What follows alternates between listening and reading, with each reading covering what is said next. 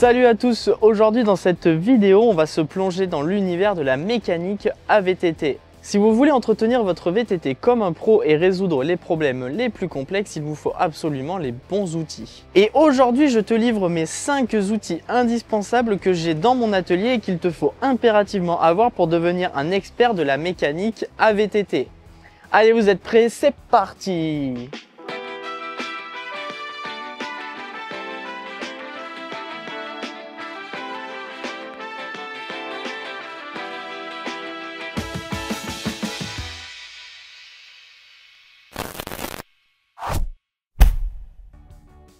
Bon, comme vous pouvez le voir, le vélo il n'est pas maintenu comme par magie en l'air. Il est maintenu par ce que l'on appelle un pied d'atelier. Le pied d'atelier, c'est votre meilleur allié pour une mécanique confortable sur votre VTT. Le pied d'atelier comporte de nombreux avantages, comme le fait de stabiliser votre vélo, de travailler à une hauteur réglable, mais également d'avoir un accès facile à toutes les parties de votre VTT. Personnellement, je vous recommande de choisir un pied d'atelier qui est robuste, mais également qui est pliable pour faciliter son rangement et le transport. Si tu roules sur un VTT à assistance électrique, n'utilise pas un pied d'atelier premier prix. En effet, ton pied d'atelier risque de ne pas supporter le poids de ton vélo et donc tu risques de regretter ton achat.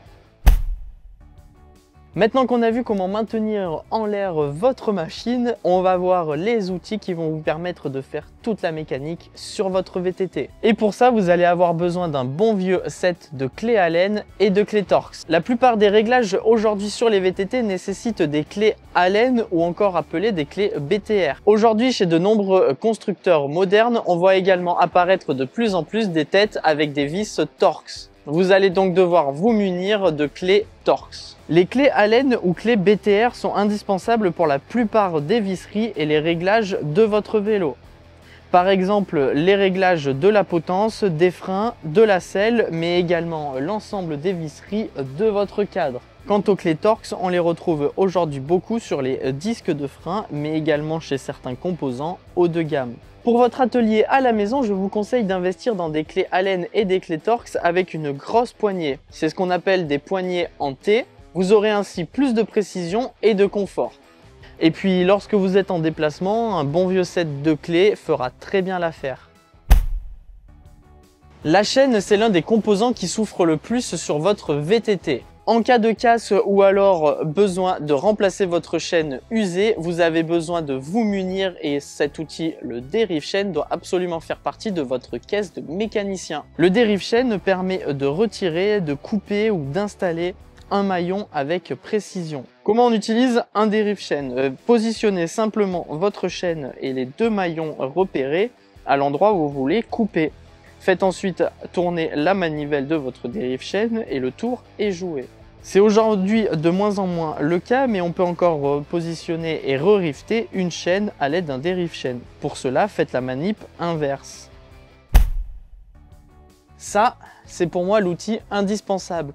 Et c'est pas pour rien que c'est d'ailleurs mon outil fétiche, il me suit partout. La clé dynamométrique permet d'éviter d'endommager vos composants en les serrant trop fort.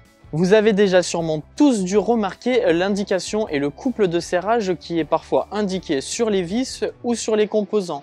Avec cet outil, l'avantage c'est que vous ne dépenserez pas trop de force. La clé dynamométrique permet de serrer les vis avec une force précise, la force idéale pour les pièces en carbone ou les composants sensibles comme votre potence ou le cintre. On a fait une vidéo complètement dédiée à la clé dynamométrique où on a cherché à comprendre son fonctionnement, quel était son intérêt et surtout comment on s'en sert. On vous invite à la regarder pour devenir de vrais experts de la clé dynamométrique. On est d'accord, sur votre machine, vous avez tout un tas de composants, la potence, la transmission avec la chaîne, les freins, etc. Mais vous avez aussi des suspensions. Pour certains, vous avez une fourche et pour tous ceux qui sont en VTT tout suspendu, vous avez un amortisseur. Et bien pour tirer le meilleur parti de vos suspensions, vous allez avoir besoin d'une pompe haute pression pour faire vos réglages. La pompe haute pression est très utile puisqu'elle permet de régler précisément la pression de votre fourche et de votre amortisseur en fonction de votre poids et de votre style de pilotage. Une pompe haute pression permet, comme son nom l'indique, de monter en pression. Avec une pompe classique, pour gonfler vos pneus, vous ne pourrez pas monter à de telles pressions.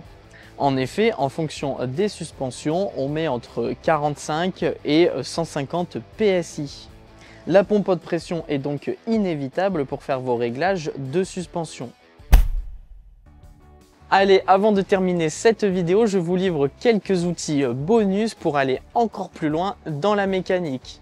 On a vu le dérive chaîne pour remplacer ou réparer sa chaîne. Je vous conseille au niveau de la transmission d'opter pour un fouet à chaîne et un démonte cassette. Grâce à ces deux outils, vous pourrez démonter ou remplacer votre cassette. Et puis moi, puisque j'aime la mécanique poussée, mais vous pouvez faire de même, j'ai mon kit de seringues qui me permet de faire les purges de frein pour avoir un toucher sur le terrain toujours optimal. Avant de conclure cette vidéo et après les petits conseils bonus, je vous en offre un dernier puisque personnellement, en fait, j'ai la plupart de mes outils qui sont regroupés dans cette mallette. C'est hyper pratique puisqu'en fait, peu importe où je me situe, que ce soit à la maison ou à l'extérieur, j'emporte ça, hop, mon vélo d'un autre côté, mon pied d'atelier que je peux replier et j'ai tout à portée de main. Alors je vous conseille de faire pareil, vous n'êtes pas obligé d'investir dans des outils achetés séparément. Une simple mallette dans un premier temps qui regroupe la plupart du temps les outils essentiels, dont les outils qu'on vient de voir. Et puis après les outils bonus notamment que je vous ai présentés, vous pouvez les rajouter séparément. Et voilà, avec ces 5 outils plus les quelques bonus, vous avez tout ce qu'il vous faut pour réparer votre VTT comme un pro. Retenez surtout qu'un entretien régulier de votre vélo va vous permettre d'obtenir des sorties bien plus fluides et surtout une longévité de l'ensemble de vos composants. Dites-moi dans les commentaires quels sont vos outils que vous possédiez déjà et quels sont vos indispensables. Vous pouvez partager la vidéo avec vos potes qui vous demandent toujours vos outils pour faire leur mécanique. Et surtout, n'oubliez pas de vous abonner, d'activer les notifications, c'est hyper important pour être au courant des prochaines vidéos. Je vous donne rendez-vous dans une prochaine vidéo. Ciao!